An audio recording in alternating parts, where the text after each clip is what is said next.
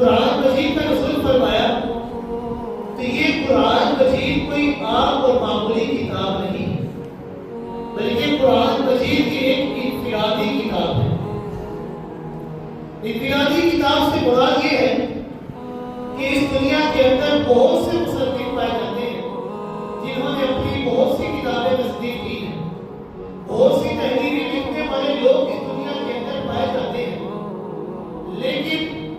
کوئی مصنف، کوئی کالم نگار اپنی لکھائی کے بارے میں یہ دعویٰ نہیں کر سکتا کہ میری اس کتاب کے اندر شک و شبہ نہیں ہے۔ لیکن قرآن، اس کی خصوصیت، اس کی عظمت یہ ہے